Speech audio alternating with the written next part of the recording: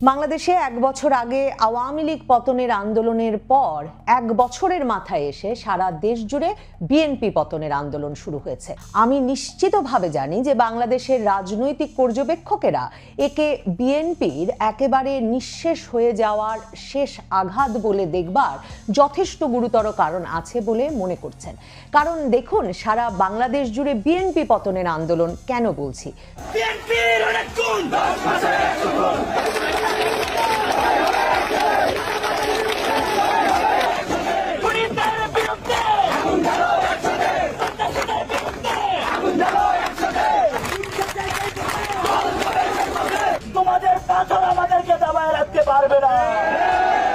সরাসরি সে কথায় কোনো রাগ ঢাক না করেই কিন্তু ইসলামী আন্দোলন বাংলাদেশের প্রধান চরমনাই পীর বলেছেন যে তারা তাদের এই আন্দোলনকে অবৈধভাবে বিএনপি, চাঁদাবাজ, লুটেরা, ধর্ষক এই দলটি ক্ষমতা গ্রহণের আগে একে এর পতনের আন্দোলন হিসেবে চিহ্নিত করতে চান। তারা বিএনপির পতন চান। কারণ বিএনপিকে যেই শব্দগুলো বললাম, সরাসরি এই শব্দগুলো ব্যবহার করে চরমনাই পীর তার সমাবেশ থেকে বলেছেন বিএনপিকে তারা ধর্ষক, লুটেরা, চাঁদাবাজ বলে মনে করে এবং এই দলকে যে কোনো মূল্যে তারা প্রতিহত করবে। জামায়াতে ইসলামী বিক্ষোভ সমাবেশ করেছে বিএনপির বিরুদ্ধে। শব্দে এবং নামে দল হিসেবে তারা বিএনপির নাম উল্লেখ না করলেও পরিষ্কারভাবে বলেছে ঢাকা শহরে অনুষ্ঠিত বিরাট সমাবেশে যে বিএনপিকে তারা মনে করে সেই দল যেই দল ক্ষমতায় যাওয়ার দিবাস্বপ্নে বিভোর, আর এখন সারা দেশ জুড়ে যারা চাঁদাবাজি, সন্ত্রাসবাজি, লুটপাট করে বাংলাদেশের মানুষকে জিম্মি করে রেখেছে। কাজেই তারা কিছুতেই বাংলাদেশের মানুষকে জিম্মি হওয়ার সুযোগ দেবে না এবং এই দলের ক্ষমতায় আসা প্রতিহত করবে। সারা বাংলাদেশ জুড়ে শুক্রবার রাত থেকে বুয়েট ঢাকা বিশ্ববিদ্যালয়ে তো বটেই, সারা দেশের প্রাইভেট এবং পাবলিক বিশ্ববিদ্যালয়গুলোতে সন্ত্রাসী, চাঁদাবাজ, লুটেরা, ধর্ষকদের বিরুদ্ধে মিছিল হয়েছে, স্লোগান উঠেছে। সেখানে লীগ গেছে যেই পথে, দল যাবে সেই পথে। সেখানে স্লোগান উঠেছে এমন অশ্লীল শব্দেরও যেই শব্দ উচ্চারণ করে আমার পক্ষে সেই স্লোগান আপনাদেরকে শোনানো সম্ভব নয়।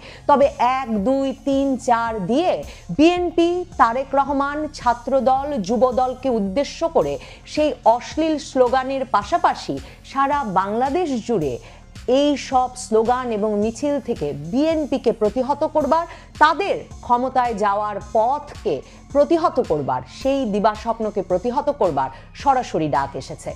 পুরান ঢাকার মিটফোর্ড হাসপাতালের সামনে পাথর মেরে পিটিয়ে নৃশংসভাবে লালচাঁদ ওরফে সোহাগ নামের ব্যবসায়ীকে খুন করার ভিডিও প্রকাশিত হয়ে যাওয়ার পর সারা বাংলাদেশ জুড়ে রাজনৈতিক পক্ষগুলো ফুঁসে উঠেছে বিএনপির বিরুদ্ধে। খুব অবাক করবার মতো তাৎপর্যপূর্ণ এবং গুরুত্বপূর্ণ বিষয় হচ্ছে, ক্ষমতায় আছে যে ইউনূস সরকার, সেই সরকার আইন শৃঙ্খলা ব্যবস্থা কেন 10 মাসে, 11 মাসে, প্রায় 12 মাস হতে চলল ফিরিয়ে আনতে পারলো না? কেন বাংলাদেশে পুলিশ প্রশাসন সেগুলো ঠিকমতো কাজ করছে না? কি করে বাংলাদেশটা এমন দেশে পরিণত হলো গত 10-11 মাসে যে প্রকাশ্যে পাথর মেরে পিটিয়ে খুন করা যাচ্ছে বেশ খানিকটা সময় নিয়ে ঢাকার বুকে একজন ব্যক্তিকে, অথচ পুলিশ প্রশাসন বা জনসাধারণ কেউ এগিয়ে আসার সাহস পাচ্ছে না? যেই প্রশ্নগুলো ওঠা হয়তো স্বাভাবিক ছিল, সেই প্রশ্নগুলো শুক্রবারে, বুধবারের সেই খুনের ঘটনার ভিডিও বেরিয়ে আসার পরেও উঠছে না, বরং সকলের অভিযোগের আঙুল বিএনপির দিকে। কারণ জামায়াতে ইসলামী, ইসলামী আন্দোলন বাংলাদেশ সহ এনসিপি তো বটেই, ছাত্রদের দল, এরা প্রত্যেকে গত কয়েক মাস ধরে বলে আসছিল যে সারা দেশ জুড়ে সন্ত্রাসবাদ এবং লুটপাটের রাজত্ব কায়েম করেছে চাঁদাবাজ দল বিএনপি। তবে বিএনপি বলে আসছিল তাদের বিরাট দল এবং তারা দল থেকে বহিষ্কার করছে, তারা দলীয় শৃঙ্খলা ভঙ্গের দায়ে যা যা ব্যবস্থা নেওয়া যায় তা করছে বটে, কিন্তু নির্বাচন যেহেতু আরো পিছিয়ে যাচ্ছে তারা দলকে কিছুতেই নিয়ন্ত্রণে আনতে পারছে না। এই ঘটনাটির ভিডিও বেরিয়ে আসার পর সারা দেশ জুড়ে যে ধরনের রাজনৈতিক বিক্ষোভের জন্ম হলো এবং বিএনপির শীর্ষ নেতা তারেক রহমানকে উদ্দেশ্য করে যে ধরনের অশ্লীল স্লোগান বাংলাদেশের রাজপথে এবং বিশ্ববিদ্যালয়গুলোতে একবার উঠে গেল, এটা নিশ্চিত এরপর বিএনপির পক্ষে ঢাকার রাজপথ, বাংলাদেশের রাজপথ কিংবা বিশ্ববিদ্যালয়গুলোতে আবারও মিছিল সমাবেশ করা খুব মুশকিল হবে। বিএনপির জন্য গত আগস্টের পর এই সময়টাই সবচেয়ে বিপজ্জনক, সবচেয়ে স্পর্শকাতর এবং সম্ভবত বিএনপির অস্তিত্ব বিলীন হয়ে যাওয়ার এক গুরুতর সম্ভাবনা নিয়ে হাজির হয়েছে। পিনাকি ভট্টাচার্য বাংলাদেশের প্রভাবশালী ভিডিও ব্লগার, যিনি বাংলাদেশের ইসলামপন্থী আন্দোলনের একজন অন্যতম তাত্ত্বিক গুরু হিসেবে বিবেচিত হন। তিনি সরাসরি তার ভিডিও ব্লগে বলছেন যে বিএনপি ক্ষমতায় আসলে আওয়ামী লীগের ডাবল দুঃশাসন নিয়ে আসবে। এই যে লুটপাট, চাঁদাবাজি, ধর্ষণ, সন্ত্রাস, এই খুনিদেরকে আবারও ক্ষমতায় আনতেই কি আমাদের সন্তানেরা রক্ত দিয়েছিল? বারবার আমাদের সন্তানদের দেওয়া রক্তের পথ মারিয়ে এরাই, এই খুনিরাই ক্ষমতায় আসবে? এসব প্রশ্ন ছুড়ে দিচ্ছেন এবং নিশ্চিত ভবিষ্যৎবাণী করছেন যে আওয়ামী লীগের ডাবল দুঃশাসন নিয়ে বিএনপি হাজির হবে। তার মানে পিনাকি ভট্টাচার্য তার ভক্তবৃন্দের উদ্দেশ্যে, তার লাখো কোটি অনুসারীর উদ্দেশ্যে ডাক দিচ্ছেন বিএনপিকে প্রতিহত করার। চরমোনাই পীর তার সমাবেশ থেকে কোনো রাগঢাক না করে সরাসরি বলেছেন এই খুনের দায়িত্ব তারেক রহমানকে নিতে হবে, এই খুনের দায়িত্ব মির্জা ফখরুল ইসলাম আলমগীরকে নিতে হবে। তিনি একবারও বলেন নাই এই খুনের দায়িত্ব ডক্টর ইউনূসকে নিতে হবে, কারণ তিনি অন্তর্বর্তীকালীন সরকারের প্রধান হিসেবে দায়িত্বে আছেন, কিংবা তিনি বলেন নাই বর্তমান স্বরাষ্ট্রমন্ত্রী জাহাঙ্গীর আলম চৌধুরী, স্বরাষ্ট্র উপদেষ্টা, সেই ব্যক্তিকে এই খুনের দায়িত্ব নিতে হবে। বরং চরমোনাই পীর সরাসরি উল্লেখ করেছেন এই খুনের দায়িত্ব তারেক রহমানকে নিতে হবে, মির্জা ফখরুল ইসলাম আলমগীরকে নিতে হবে এবং এই খুনিদের ঠাঁই বাংলার মাটিতে হবে না। সে সময় স্লোগান উঠেছে এবং তারা বলেছেন এই খুনিদেরকে তারা প্রতিহত করবেন। রাজনীতির মাঠে চরমোনাই পীর ইসলামী আন্দোলন বাংলাদেশ গত জুনের শেষে যখন মহাসমাবেশ করে জামায়াতে ইসলামী, জাতীয় নাগরিক পার্টি এনসিপি, নুরুল হক নুরুর গণ অধিকার পরিষদ সহ সকল ইসলামপন্থী দলকে তার সমাবেশ স্থলে এক করেছেন, তখন তিনি কোনো অস্পষ্টতা না রেখে সরাসরি বলেছিলেন যে এই মঞ্চে ইসলামী দলগুলোর সকল ইসলামী শক্তির ভোট এক বাক্সে আনার ব্যবস্থা হচ্ছে এবং এই মঞ্চে তারা বিএনপিকে আমন্ত্রণ জানান নাই, কারণ বিএনপি তাদের কথা অনুযায়ী আনুপাতিক প্রতিনিধিত্ব হারে নির্বাচনের পক্ষে নয়। এই কারণে তারা আন্দোলনের সহযাত্রী এবং বিএনপিকে তারা আন্দোলনের সহযাত্রী বলে মনে করেন না, সে কারণে বিএনপিকে সেই মঞ্চে আমন্ত্রণ জানানো হয় নাই।